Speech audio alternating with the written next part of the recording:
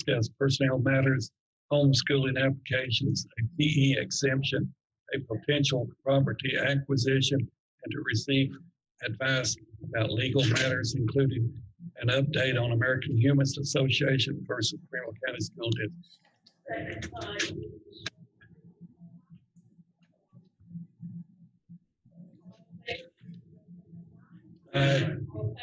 We are now in executive session.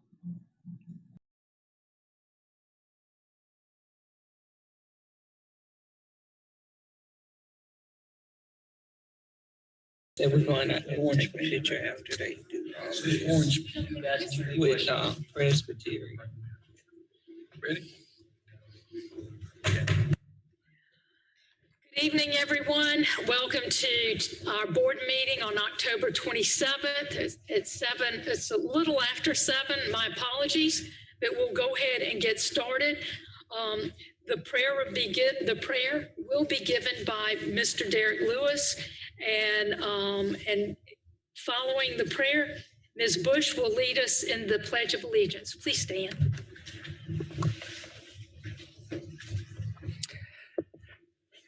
Shall we pray?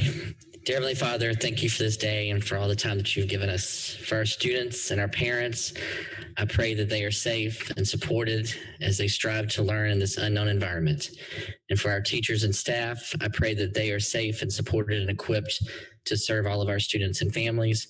And for this board, please grant us the wisdom and the patience and the discernment to do what is best to serve our students, families, and staff. Amen. I pledge allegiance to the flag of the United States of America and to the republic for which it stands, one nation, under God, indivisible, with liberty and justice for all. Right. Please be seated. I want everyone to know, coming out of executive session, we took no action. And now, Section 201, presentation of awards. We have check-in for Public Education Award. I'd like to introduce, we have, if Mrs. Beth Simmons, who started this program and headed up this program at First Pres over 10 years ago. And I can't thank Ms. Simmons enough for her dedication and love for our children and all you did at Hollis. Also, Senior Pastor Dr. Richard Gibbs, thank you so much. Mr. Gibbons, thank you so much for everything. Also, Reverend Brian Stewart, who is over missions and outreach, thank you very, very much. Also, Judge Chuck Simmons, who most of us know well because he's given many of us the oath of office when we have won our elections, and we swore to do the best we could and to make sure our children were safe and educated. And also, he is a great photographer, right, Beth? And at this time, I am going to ask Mr. Sailors if he would be so kind as president of the South Carolina School Board Association. We want to honor y'all. I apologize that it has taken us this long, but COVID delayed and delayed and delayed us, but we never forgot any of you. So, Mr. Sailors. Thank you, Madam Chairman. I'm just sitting here wondering exactly what I have left on my presentation following your introduction. Would you please join us? On behalf of the South Carolina School Board Association and serving as its president, I would like to finally come before this body and those listening and watching this evening to recognize the First Presbyterian Church of Greenville for the work that they've done. We originally marketed to have this event presentation back in March of this year. Is that correct? And so because of all things COVID, we were a little challenged with making that happen. So I want to take this opportunity to thank Dr. Gibbons, Reverend Stewart, Mrs. Simmons, and Your Honor, thank you for being with us this evening as well.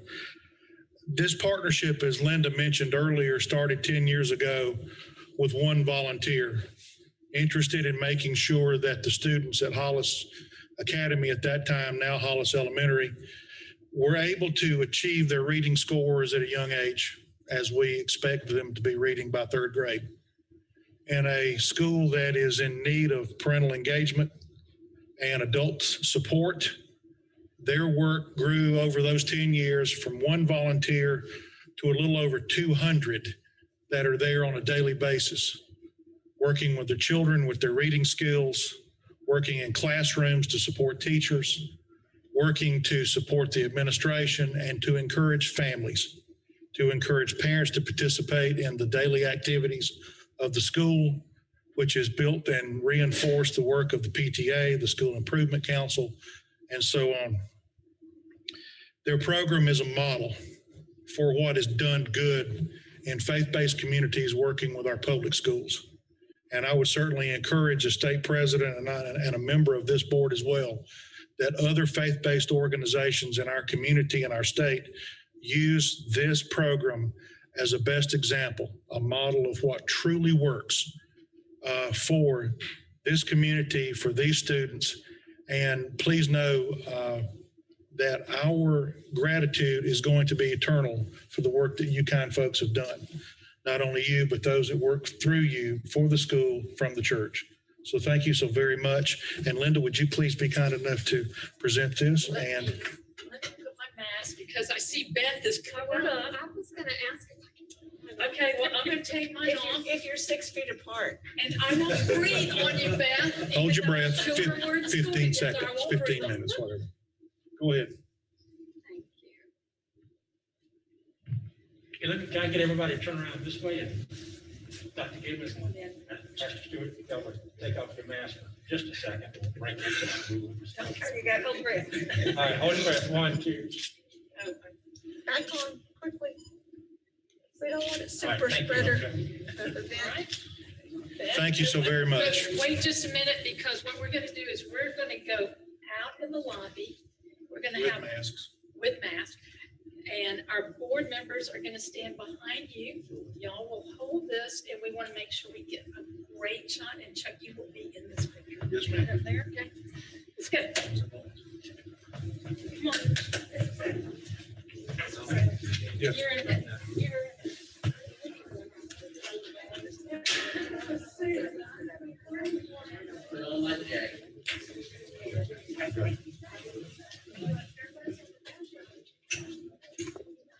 We need to get going.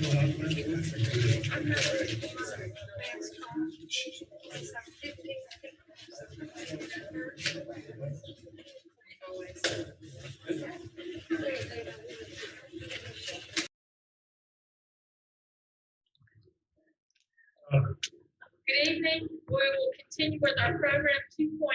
We have reward for one of our Board of Trustees, Ms. Linda Marson Bear. I will turn it over to Mr. Savage. Linda, would you please join us at the podium, please? With your mask. Yeah, wear your mask, please.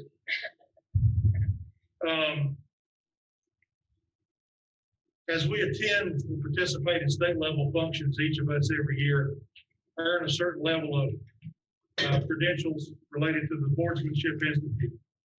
The South Carolina School Board Association has in its directive a Boardsmanship Institute that goes from levels 1 through 6, with 6 being what most would be considered to be the highest and most important level. Tonight, we're here to recognize and honor Linda Morrison Fair, who on behalf of the South Carolina School Board Association has reached her level 6 Boardsmanship Institute. And Linda, thank you very much for your service.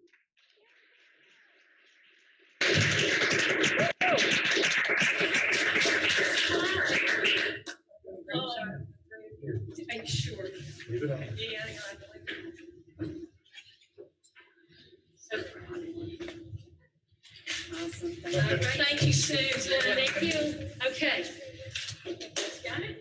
Okay, now we will, thank you.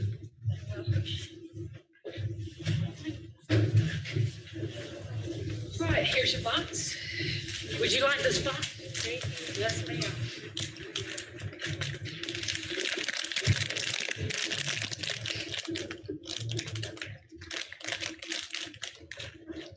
Oh, thank you for cleaning that, Mr. Davies.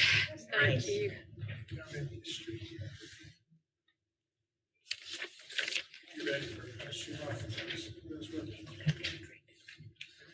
Ready for it to come in? Oh, yes. Ready for the speaker to come in? 3.01, adoption of consent calendar. Motion to approve. Second. We have a motion and approval. Any questions? All in favor, please address by saying aye. Aye. All opposed? The motion carries. We will move on now to 4.01, appearance of visitors. We have two visitors, but one did not show up in person, and we have Catherine Schumacher, who is the CEO of Public Education Partners, and we welcome her tonight. And I will, Catherine, I will just go over a couple of little things that you already know, but you'll have 3 minutes, and the light is going to be green. And when there's a minute left, it will turn yellow. And I'm not going to go through everything because I think you know it all as to what the procedure is and what not to say and what to say. So now you can say whatever you want. Well, thank you, Ms. Leventis-Wells. That was quite an introduction. Good evening, everyone, and thank you for the opportunity to speak with you tonight. My name is Catherine Schumacher, and I am very proud to be the president and CEO of Public Education Partners, which since 1985 has walked alongside the district in a private-public partnership to improve student achievement in public education here in Greenville County. This evening, however, I am wearing another hat, my mom hat. I'm the mother of 2 children currently enrolled in Greenville County schools, a 7th grader, William, at the Sterling School, and our Thomas is a freshman at the Fine Arts Center in Greenville High. And this summer, after much deliberation, we chose the district roadmap option, feeling that a hybrid model that allowed for face-to-face instruction when it was safe to do so was the best choice for our children and our family. And we were confident in the district's thoughtful and conservative approach to returning to the classroom based on local infection rates and close communication with scientists at DHEC. And I continue to appreciate that commitment, even as the district adjusts the original plan based on new data, and as we continue to learn more about COVID-19, how it spreads, and how we can mitigate risks for students, teachers, and staff. And I celebrate the way that the district is carefully returning to 5-day instruction for our most vulnerable students, starting with our youngest learners and self-contained special ed students, along with students at our career centers where there's more room to social distance. There is no perfect solution in this moment, and I feel deeply for working parents and others for whom hybrid learning is a struggle. And there is no way for the district administration or the trustees to make everyone happy. Would it be easier for our Thomas to be back at school for 5 days as he starts Greenville High? Of course it would. But demanding that denies the vulnerability, value, and voice of others whose needs must also be considered, our teachers and our staff. Your top priority, and I have heard it reiterated time and again as I have listened to your meetings over the last several months, is to balance student learning with community safety and the well-being of your employees. And I want to applaud that ongoing commitment and speak for those Greenville County families that aren't filling up social media with criticism and are instead quietly grateful for your leadership and your caution. I'm here tonight to implore you to continue to be cautious, to follow the science, and in particular, to respect the voices of teachers who are demonstrating incredible resilience and creativity. So please keep sending out surveys to classroom teachers and other personnel who are most at risk for exposure. Please create spaces and provide resources for them to get the mental health and other support that they need during this incredibly stressful time. Please lean into transparency. Doing so will sustain and grow a sense of trust that not only do you have the backs of students and families like mine in this difficult moment, but that you also value the incredible resource that our teachers represent. Thank you for your service and your leadership. I'm grateful for all of you. also like to thank Mr. Lewis for keeping the time and keeping us on task. Thank you, Catherine, and have a nice evening. All right. I also would like to enter into the minutes Quinn Chapman, who did write in on the website, and that the question that was there he has already been contacted. So thank you so much. And then our other speaker did not show, so we will move on now to the superintendent's report. Dr. Royster. Ms. Venus Wells, I think we have spent a considerable amount of time discussing COVID and all things therein related. So we're going to skip the opportunity for a superintendent's report tonight since we had that workshop before the board meeting.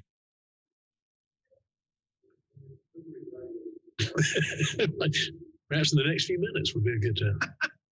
Thank you, Dr. Royster. Ma'am, thank you. Action item 601, protecting students from sexual misconduct or abuse, training for board members. I've got Dr. Cristobal O'Connor and Joy Grayson. I'm sorry. Debbie Bush. Okay, I cannot find this one.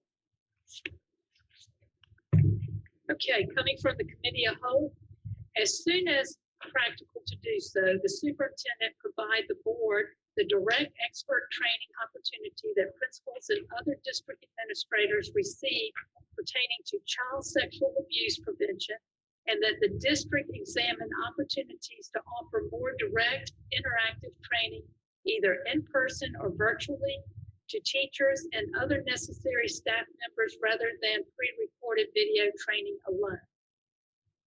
Coming from the committee of the whole, it needs no second discussion. Dr. Cristobal O'Connor.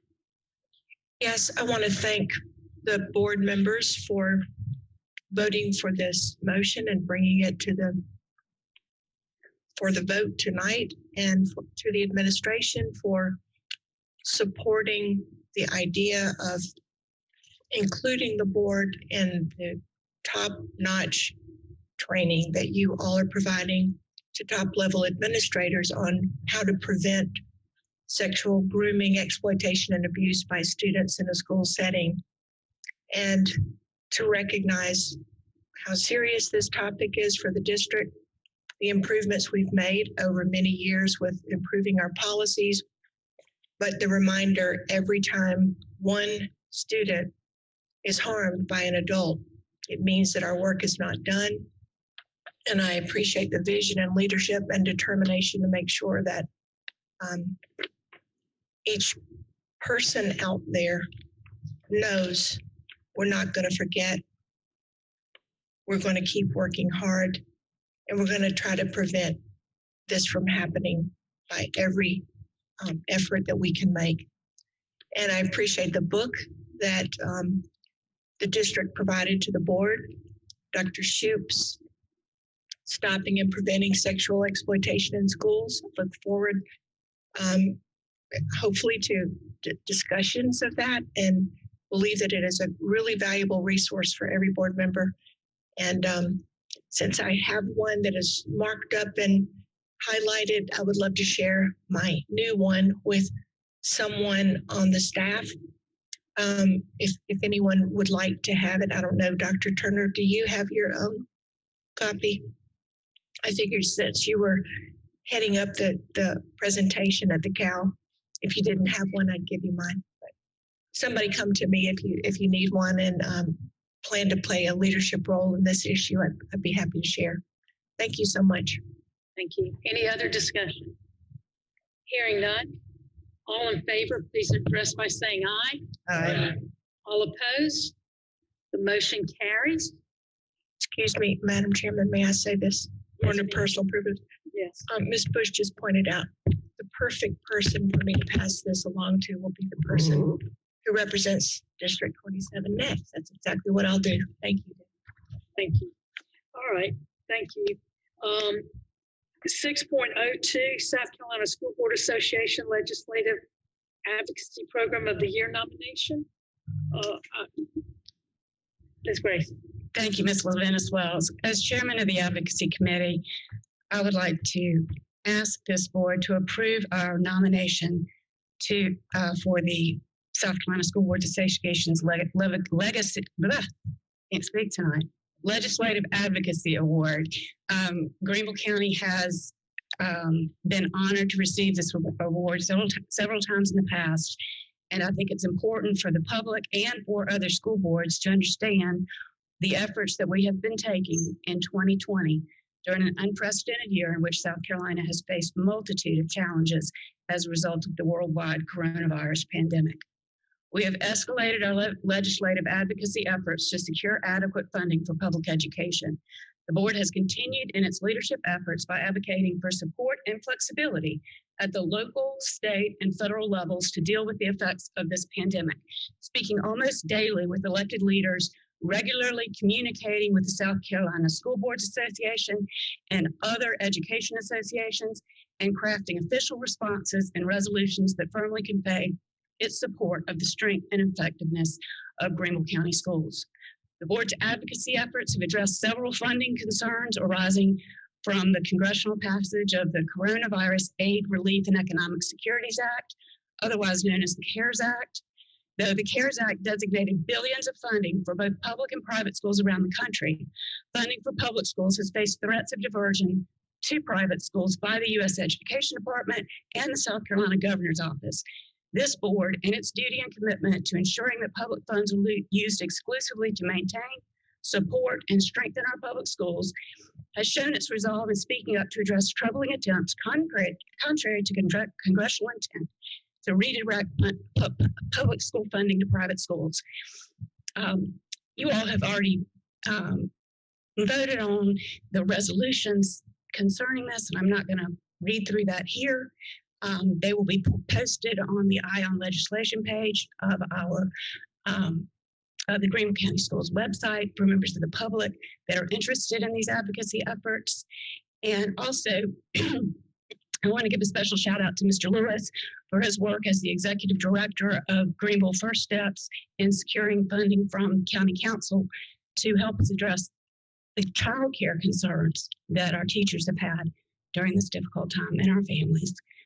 So thank you, Mr. Lewis. And also thank you to Ms. Horton, who pulled all this information together on a relatively short time frame. So we have a recommend. Thank you, Ms. Grayson, for all of your work and the commitment you have given to the advocacy committee. Your expertise.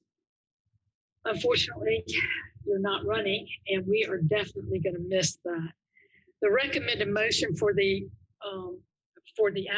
advocacy committee, coming from the committee, does not need a second to nominate the Greenville County School Board of Trustees for the 2020 SCSBA Legislative Advocacy Program of the Year Award. Any discussion? Hearing none, all in favor, please address by saying aye.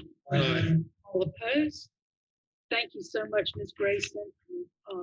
We will put that in motion. Thank you, Ms. Levinus. Yes, ma'am. 6.03, purchasing cards and credit card audit.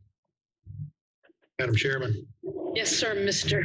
Sailors. I make a motion to accept the audit of purchasing cards and credit cards for the period of February 1, 2018 through March 31, 2019. Second, any discussion? Hearing, Chairman, yes, sir, Mr. we ought to ask Dr. Turner to give us a little explanation, surely.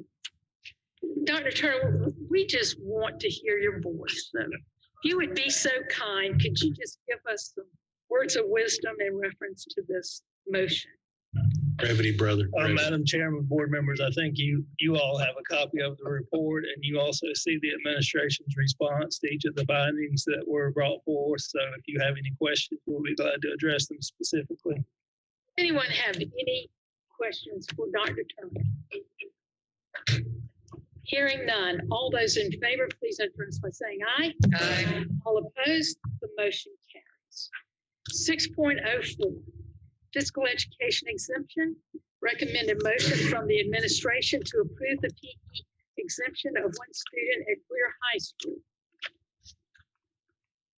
Would you like to make that motion, Mr. Soto? Yes, ma'am, I would. Okay, so I'd like to approve the PE exemption of one student at Greer High School. is there, and there's a second by Mr. Meade. And any questions for Dr. Royster? Any questions? Hearing none. All those in favor, please address by saying aye. Aye. All opposed? Motion carries. Recommended motion from Mr. Sailors to formalize the selection of a delegate to the 2020 SCSBA Delegate Assembly. Madam Chairman, Yes, sir. I'd like to make the motion to formalize the selection of a delegate to the 2020 South Carolina School Board Association Delegate Assembly. And my recommendation would be Mrs. Wells. Any discussion? Hearing none. All in favor, please address by saying aye. Aye. All opposed? The motion carries. 7.01, committees, liaison reports. Are there any reports from any of the committees or our liaison for the committees? Anybody? I know we've been very busy. Mr. Meek? Madam Chairman, Yes, sir. the auditing committee met on the committee the whole day. We do not have any motions coming forward. I think the superintendent has informed us that he will bringing some recommendations to us at a later date to the full board. Any questions? Thank you so much, Mr. Meek. Any others? No one? Hearing none, we'll go to 8.01, finance report, monthly finance report. I will turn it over to Dr. Royster. Thank you, Ms. Levinus Wells. I don't believe that Ms. Stack has a formal report. The auditors are still working on the external audit, but she certainly answer any question that you might have. Mr. Lewis? Thanks, Madam Chairman. Just one question. So we have now started providing food, I think universal meals at lunch and breakfast to all of our students. And I just was curious, is there a fiscal impact to the district for that, or is that all being covered through federal funds? Right now, I don't think there is any fiscal impact to that change. We have had a fiscal impact to food service from the services we provided from mid-March last year all the way up through the beginning of this year. We've experienced some decrease in revenue because of being limited in a la carte items, not by any regulation, just by it's just not logistically possible for us to provide as many. We're still fine as far as food service because we have, as you all recall, a strong fund balance in food service. But we certainly are watching it very carefully because we have not made the revenue that we normally make up until this point in the school year. So the negative balance are the kind of auxiliary sales that we do in addition to the food, not in the decision to provide those the traditional lunch or breakfast at no cost to all students. Yeah, the no cost is not really the impact. The impact's been our reduced sales. Of course, obviously we have fewer students in school. So our reduced service to all students and our reduced sale, and a lot of that is impacted by how we're having to do food service to maintain the social distancing, keep students from being put together in the lunchroom.